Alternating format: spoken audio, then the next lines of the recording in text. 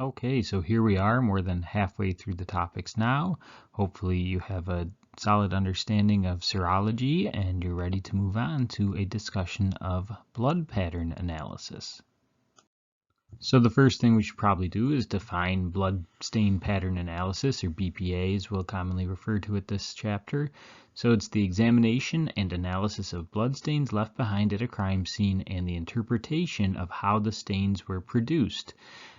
Because it involves the chemistry, biology, and mathematics, physics and mathematics of the act of producing the blood stain, we'll obviously be looking at trigonometry, geometry, biology, chemistry, and physics here in this chapter. So we'll try to keep it at an appropriate level. I know a number of you are non-majors and probably are anxious enough about the math and science in the course, so we'll keep it appropriate.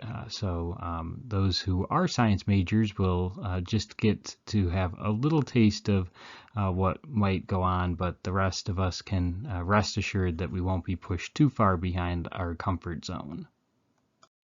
Now, when blood stains are part of the physical evidence found at a scene, that leads to a number of questions, of course. So we'll just list them in order here. Which direction did the blood come from? And be careful, there may be some misconceptions about what that tail has to mean. At what angle did the blood drop hit the surface? So we'll look at, again, a little bit of trigonometry there. Where was the victim and the suspect located relative to one another? How many blows did the victim receive, and from what direction did they receive them? What caused the wounds on the victim's body? So we'll be looking for the particular object in that case. What movements were made after the wounds were inflicted, right, when the blood was likely to be spattered as a result of whatever caused the wounds that allowed the blood to escape. And then how many suspects were there? Did this look like a single suspect scenario, or were there multiple suspects? Again, if we find blood of suspects, then we assume that our victim got in at least some defensive wounds, and then we'll have even more to consider as we look at blood stains that might be suspect and victim blood stains. So before we move any further, let's consider some blood stain basics. So blood spatter is the scattering of blood stains that vary in size and may be produced in numerous methods. And then on the right, we see in our picture also the area of convergence. This is the area from which the blood originated. So if we take a look here, we see a number of blood stains on the floor. And if we take each of those stain starting points and draw through, we notice that there's what's known as an area of convergence. We'll talk a little bit more about that in the next slide, but we see that tracing back each of those stains, we can see a point of convergence there that gives us an idea of where that blood stain got produced. And following up on what we just discussed, how we determine that area of convergence. So you would draw a line lengthwise through the center of each of those drops, and then the area where all the lines intersect is the height at which the blood originated. So you can have an idea of how high the victim or suspect, whichever blood stain we're considering, how high up they were when the blood spatter originated. So it's an area of convergence more than a point of convergence. Notice there's not necessarily all the lines going through a single point, but pretty close together there, and that's what we would call the area of convergence for our blood stain. Continuing with our basic definitions, we have here parent drop. That's the large drop to the right of our slide. And that's the original drop that hits the surface. Notice on that parent drop we have some spines. Spines are the pointed edges that radiate outward from the original stain, but there's still a link to it. Again, the spine that we show is particularly long, but it still trails back to that original parent drop. And then finally, we also have in this case a satellite, a fairly large satellite pointed out there that is spattered that becomes dislodged from the original parent drop. So again, though you won't always find the satellites, that just shows us that this particular blood drop, the parent drop, hit with either a particularly strong angle or force that allowed for that satellite to become dislodged. Again, the satellite's not its own separate blood drop. It's from that parent blood drop that it got dislodged. So hopefully that helps to get at least some basic terminology down for our further discussion of bloodstains. When considering bloodstains, you also have to consider the surface. So the target surface is the surface where that stain lands, and it can impart characteristics on a bloodstain. So in the first case, if we think about a solid and impermeable surface, then we're going to have less spatter found because the blood has significant surface tension, so that's going to keep the blood together, such that if we have a metal or glass surface, then we're much more likely to find a drop that's intact and together, like we see at the bottom center there of our different blood type surfaces. The smooth glass surface in particular we think of as impermeable. So that's going to give rise to a much smoother appearance of a blood stain, and a blood stain that will take much longer to dry because it sticks together. If we could contrast that with a permeable surface, now you're going to have a much greater amount of spatter because the blood will fill in the holes of that porous surface, then expel back to create the spatter. We've got some examples: cardboard, clothing, bed sheets, linoleum. So we see up in the top images the linoleum surface on the left and the cardboard surface on the right. You can definitely see those spines in that cardboard surface.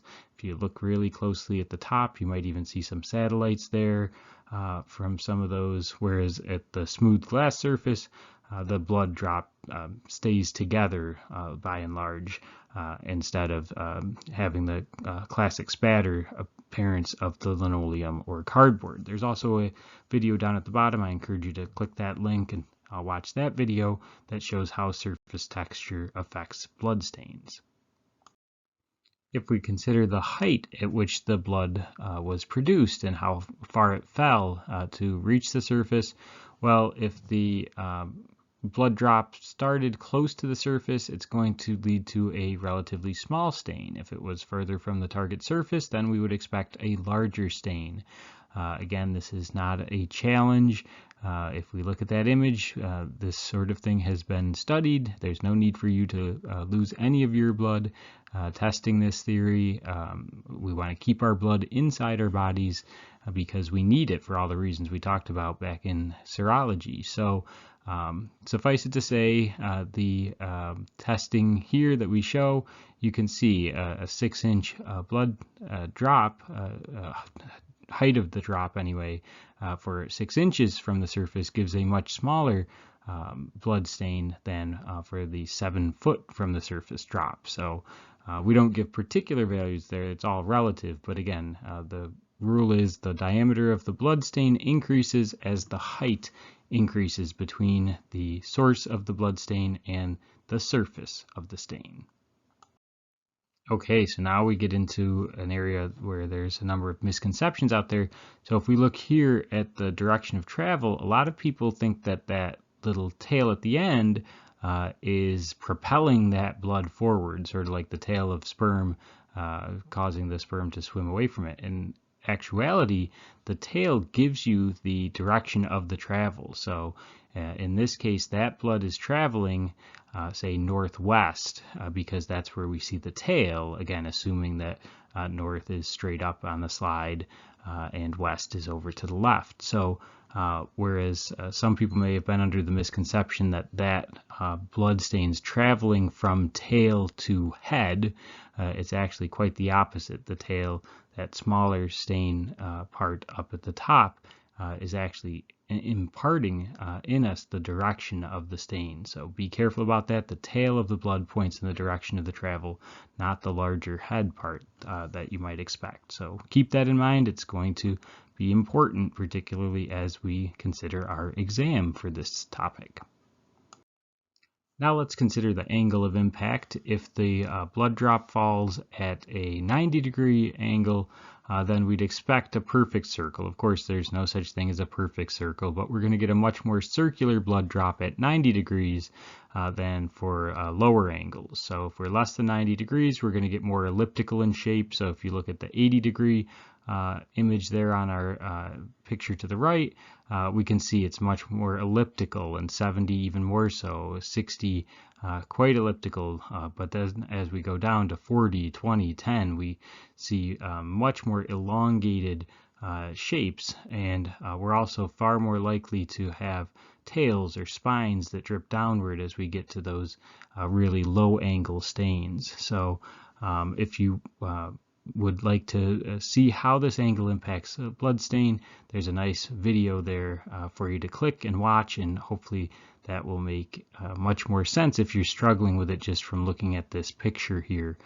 and my description. So please do watch the video and reach out if there's still questions, if you're still struggling with it. But again, if you're at 90 degrees, we expect a very circular blood stain. If you're at lower angle, we expect a more elliptical shape, and if you get down to really low angle, then we're looking at, again, excessive tails and spines and such. So please do watch that other video and reach out if you still need more guidance.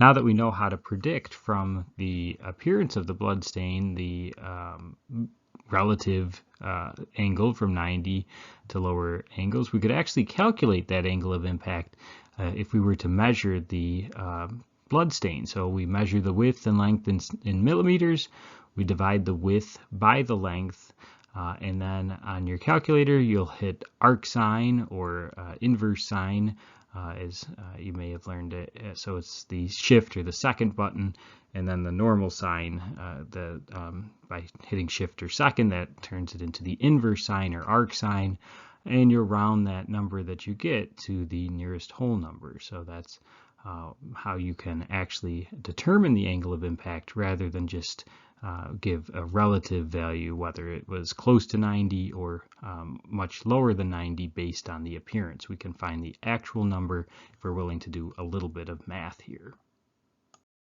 Now let's consider a specific example. So if we're calculating the angle of impact for a stain that's 15 millimeters wide and 35 millimeters long, well, we'll divide the width by the length. Again, the length should be a larger value, the width should be a relatively smaller value, so we should end up with a ratio of width divided by length that's less than 1. So here we get 0.42857. So if we take the arc sine or the inverse sine, right, the second and sine button in that order, right, make sure you hit the second first or you'll just get the regular sine, which won't give you the correct answer. But if you do it correctly, and this is a good way to check yourself and make sure that you're doing it correctly, you should end up with a value of 25.37693 or something very, very close. Again, those last few digits may differ depending on your calculator, but when you round your number to the nearest whole number, you should get 25 degrees. If you get anything else, then try again. Make sure that you've hit the second or shift button before you hit the sine. Make sure that it's taking the arc sine or inverse sine of the 0.42857 value. If you're not sure why it's not giving a final answer of 25 degrees, please do reach out and just let me know what answer you're getting so that we can figure out where you may be making a mistake there. Okay, but hopefully if you did everything correctly, you arrived at the same answer and we're good to calculate the angle of impact for a blood stain. Earlier we looked at the area of convergence. Now we can look at the area, or sometimes point, of origin. Again, it's not really like you get a very fine specific point, so area is probably a better term, but you'll see it referred to as both the area and the point of origin depending on where you look. So in order to find this value, you'll calculate those impact angles for each drop, and we just talked about how to do that. A string would be attached to each drop and placed on a pole with the correct angle so that it's being traced back to its source. And then finally, the area where all of those strings intersect would be the area or point of origin. So again, it relies on multiple iterations of that equation that we just looked at together, where we took that arc sine of the stains width divided by length, and you'll do that for each of the individual blood drops from the blood stain, and if you did that correctly, you'll end up with the point of origin for that blood drop. So not just the height like we got with the area of convergence, but the actual three-dimensional point where the victim or suspect, whatever blood stains we're following at this point, where they were and where that blood originated from. So very powerful thing, and again, another video down there at the bottom for you to watch if you're still looking to have a better explanation of this topic. But hopefully it makes sense, and if it doesn't make sense even after the video, please do reach out and I'll try my best to make sure it makes sense to you. So with a little better background on blood stains in general, let's talk about the different types of blood stains. And the four major types that we'll discuss here are passive, transfer, projected, and impact stains. And we'll talk about each one of these in turn, so don't worry if you're not sure what they mean. We'll take them one by one, and hopefully you'll have a much better understanding after that. So the first type that we'll discuss are the passive blood stains, and these are simply caused by gravity. So the person's been injured, their blood is coming out, but it's not under any particular force other than gravity. So the gravity is determining how the blood drips, and so we're likely to see drip stains, drip patterns, drip trail patterns that are consistent with just the action of gravity on the blood as it exits the body. If there's a significant hole, particularly say an artery or something is severed, we could have a flow. If there's again a non-porous surface, you're likely to get pooling of the blood. If it's a porous surface, you're more likely to see a saturation stain. Again, that's just the large amounts of blood will interact differently with a non-porous surface to form a pool versus a porous surface where they can soak in and form a saturation type stain. So hopefully that's a little better understanding of that first type, the passive blood stain. So here we see one of those passive drip stains. So it's caused, again, like any passive stain, by falling drop due to gravity. If the drop's falling at 90 degrees or very close to it, then the spines may or may not appear depending on the surface. If the spines are attached to the parent drops, they're going to be very evenly sized and evenly dispersed in a passive drip stain. Okay, so that's what we would look for. Again, they're quite circular in appearance if they're close to that 90-degree angle of fall. Because we're dealing with these passive stains and gravity's the main effect there, you're likely, if the person has been injured to the point where much blood comes out, then you're going to get the drips to fall one on top of another, and so you'll have that original parent drop that may look more like the last pattern for that passive drip stain. But if more drops fall on it, then what you expect to see are the satellites. So before we saw some spines, but not much else. Now we see satellites because each drop that falls on the parent drop propels those satellites forward. And so the more drops that fall, the more satellites that will be created. And again, the better indication that the person had their blood dripping for quite a while on that same spot due to gravity in a passive drip pattern. All right, so now looking at the passive drip trail, we're looking at blood drops coming from a weapon, a person, or a bloody site on the person, either the victim or the suspect, again, depending on what happened in the skirmish there. So the nice thing about the passive drip trail is it leaves a trail indicating movement of that weapon, suspect, or victim. So it's passive because there's no additional force propelling the drops, it's just the gravity. But because the object or the person is moving, we can get an indication of the direction of movement based on the appearance of that drop. So if we look at our picture there, we clearly see more spines on the right side of the drop as compared with the left side. So if we're looking at the north indicated as straight up, then the direction to the right would be east, south would be down, and west would be to the left. So in this example, because of the spines being more excessive and prevalent on the right side or the east side of the drop, this is indicating that the object or person was moving from west to east. So the just like the tail points in the direction of movement, here the spines point in the direction of movement. So as the drop fell, the object or person was moving from west to east, and that's why the spines formed more excessively in the eastern direction in this particular example. So that's, again, some additional information that we can glean from a passive drip trail is the direction that the object or person, whether it's the suspect who's bleeding from a wound that they got in the skirmish, or the victim has come to and sort of wandered away in a given direction. If there's a passive drip trail,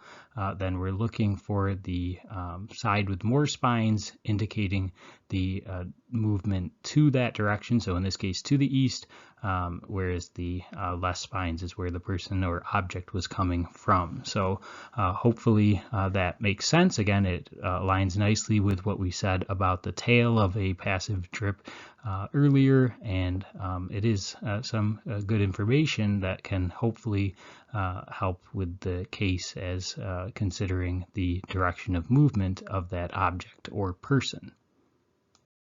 And we can also have a passive flow pattern if there's a significant amount of blood and it contacts the surface at a higher level, and then the blood moves downward due to gravity. We can see here that we've got a flow pattern where the blood struck this particular surface up higher and then flowed down to a lower point due to that gravitational attraction. So that gives us a pretty good indication of where the spatter originally hit, which is significantly higher than where the majority of that blood in the droplet has pooled due to gravity's action. Now on to passive pools of blood. Again, a pool would be accumulation of blood in one area on a flat surface. Again, a significant amount of blood as we see here in our image. And if it's a non-absorbent surface like we see, it's going to take a long time for that blood stain to dry, and so it's going to stay as a pool of blood for quite a while because the blood itself is staying together, and it takes a while for the blood pool to evaporate its water content and become a dried blood stain. And here we see a passive saturation stain, which is similar to the pool, so it probably formed from a pool of blood, but whereas the previous slide had the pool of blood on a non-absorbent surface, a saturation stain is a pool that forms on an absorbent surface and then is absorbed into that surface. Because of the action of the absorption on that absorbent surface, you're going to get an appearance of the saturation stain that's probably larger than the original blood pool would have been, because the pool is kind of pulled by capillary action out and away, and that gives it a larger appearance than if the blood had pooled on a non-absorbent surface. So that's the biggest distinction between a pool of blood and a saturation stain formed from the pool of blood is the type of surface that it happened to fall on. If it was a non-absorbent surface, then it's likely to stay a pool for much longer, and even when it evaporates, it's still going to have the pooling characteristics, whereas on an absorbent surface, it's going to be wicked away a bit out in a way to give a larger appearance stain that's going to dry much faster. Alright, so now let's consider transfer stains. These are created when a bloody object comes into contact with another surface. They tend to start dark and will become lighter in color. And some examples would be wipes or swipes of blood, patterns like a bloody handprint or a bloody shoe print. So these are transfer stains where that bloody object transfers the blood onto another surface. So looking at an example of a transfer stain, we have wipes. So a blood wipe is created when an object moves through a bloody surface. So if the suspect starts to clean up the blood and then panics or realizes there's not enough time and has to leave quickly and doesn't finish the job, so the blood wipe will create that characteristic appearance. If the blood has started to dry and then it's wiped again, you'll get what's known as either skeletonized or perimeter stains, where there's the original dried stain, as we see here, and then a wipe through it that doesn't quite destroy that original stain. The perimeter stain or the skeletonized stain is the original stain plus the wipe through stain that we can see here. Now, opposed to wipes, we can also have swipes as a type of transfer stain. And so a swipe is created when a bloody object contacts a non-bloody surface. And so you'll usually have a heavier side of blood showing the direction of motion. So in this case, if we again assume north is straight up and east is to the right, then we have a more significant blood on the left or west side and less on the east side. So this is a swipe that was from west to east. And that's why we have more blood where the bloody object first contacted the non-bloody surface, and then less blood as it moved along that surface from west to east.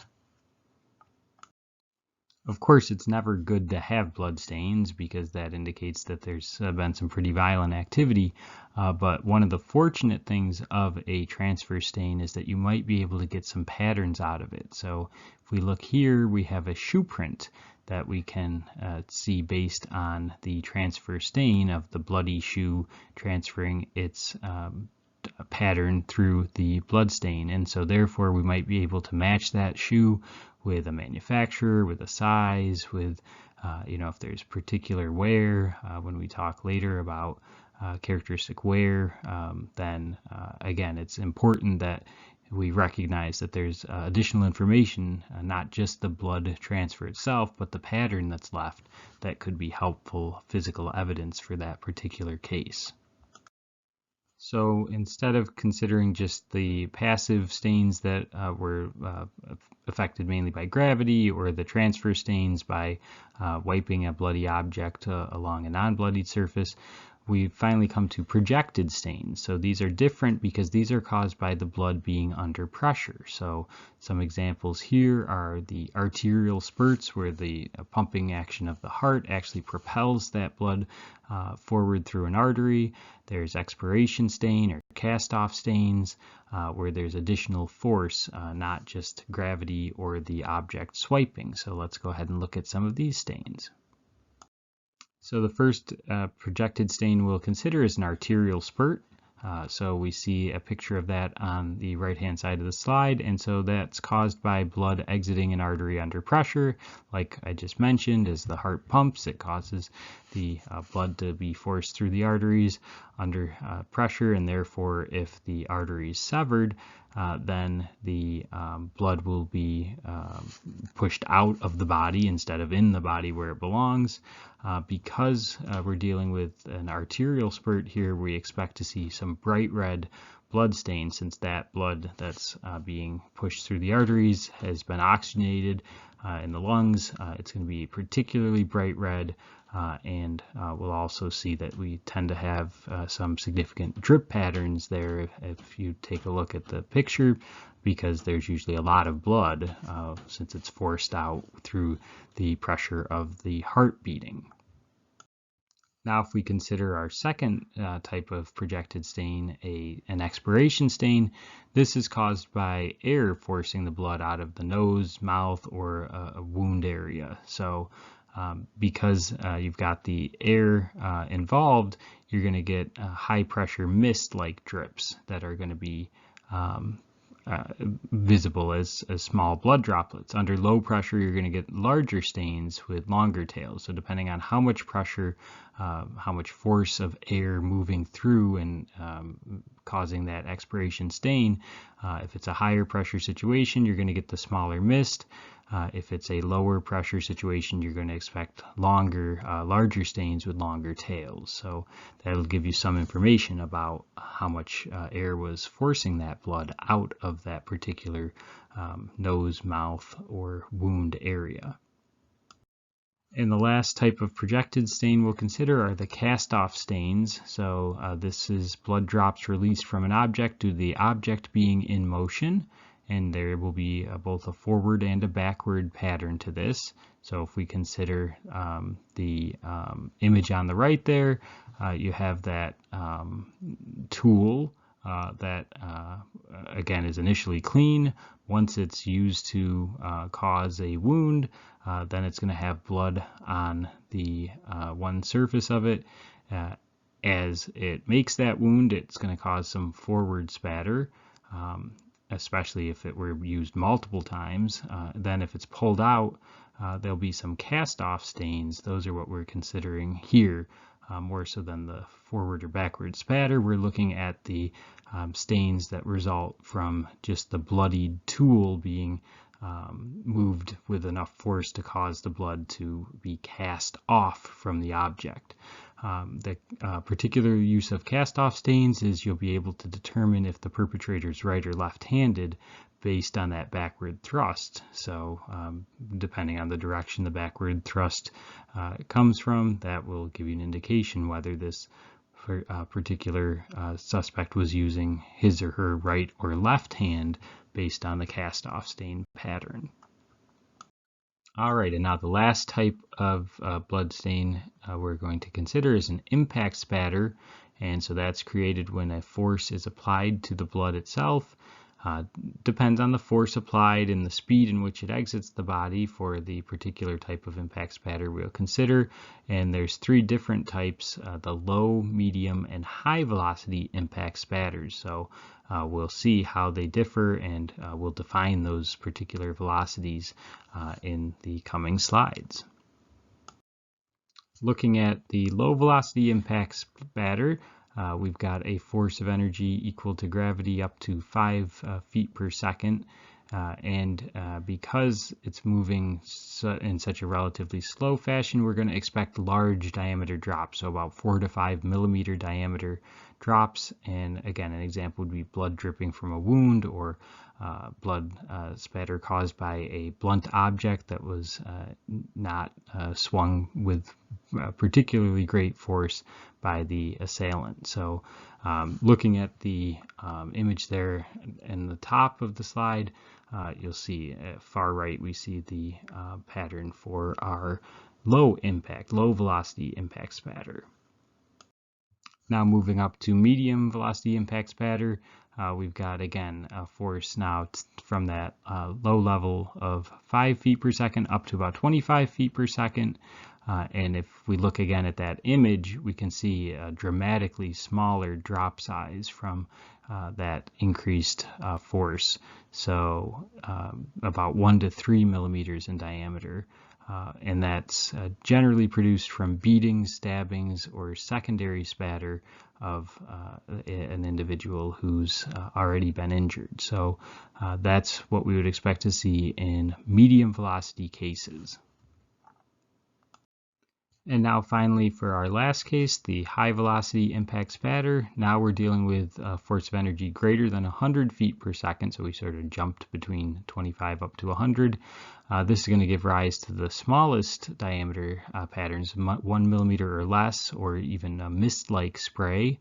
And generally we're talking about something now produced from a gunshot or explosion, a high-speed automobile accident, something involving really high velocity impact, and that's what would give rise to that particular impact spatter.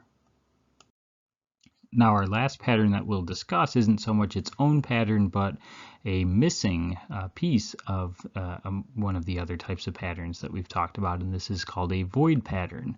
So a void pattern occurs when an object blocks some of the spatter from the target surface. So here on the left image we see the weapon there very neatly fits into that void pattern and explains why that particular part of the pattern is missing.